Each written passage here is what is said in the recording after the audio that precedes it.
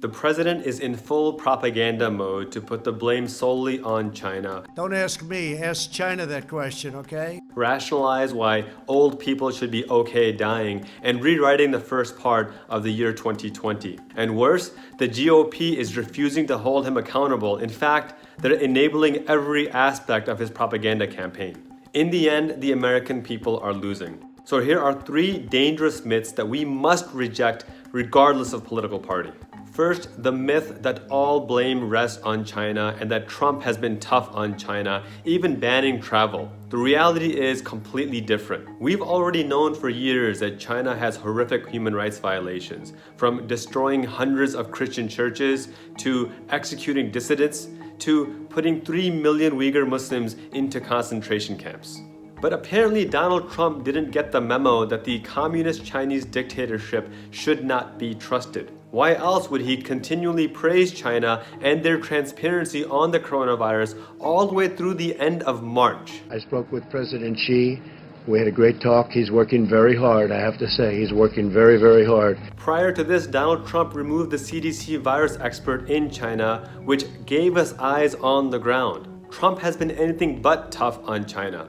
And as far as that alleged travel ban to China, no such thing. Even conservative media put Trump on blast for a faux travel ban that didn't actually keep Americans safe. Second, the myth that nobody knew the virus was spreading. In the summer of 2019, Donald Trump's own team warned him that we could face a respiratory pandemic that would result in up to 586,000 American fatalities. US intel reports in January of 2020 warned Donald Trump that this pandemic is here. His own cabinet members, Peter Navarro and Alex Azar, told Trump that this pandemic is here and requested funds for support in combating this pandemic.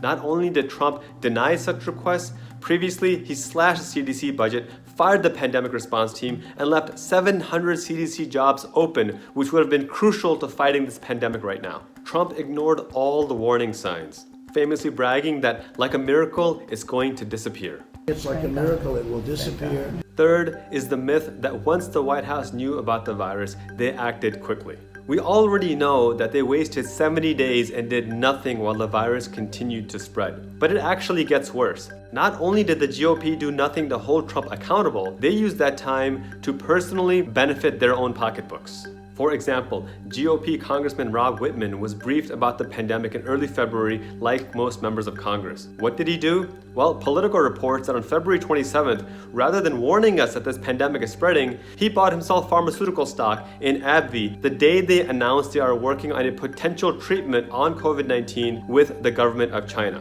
So much for China to be to blame, huh? But it gets worse.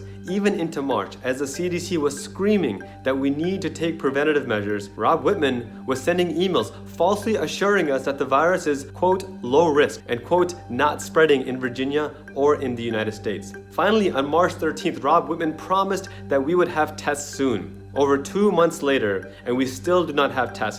We actually asked Rob Whitman on March 23rd to explain his stock purchase, to explain why he falsely told us the virus was low risk and not spreading, to explain where the tests are.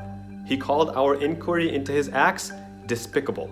Even now, well over 110 days past our first infection, as infection rates continue to rise, as death tolls continue to mount, rather than leading and getting us the tests and contact tracing we need, people like Donald Trump and his Republican supporters like Rob Whitman refuse to act. They are looking out for their own self-interest, not the interests of the American people. Experts warn that we need to increase our testing 2 to 3-fold to get ahead of this virus. Meanwhile, Donald Trump is calling to reopen the country, and Rob Whitman supports him 100% of the way.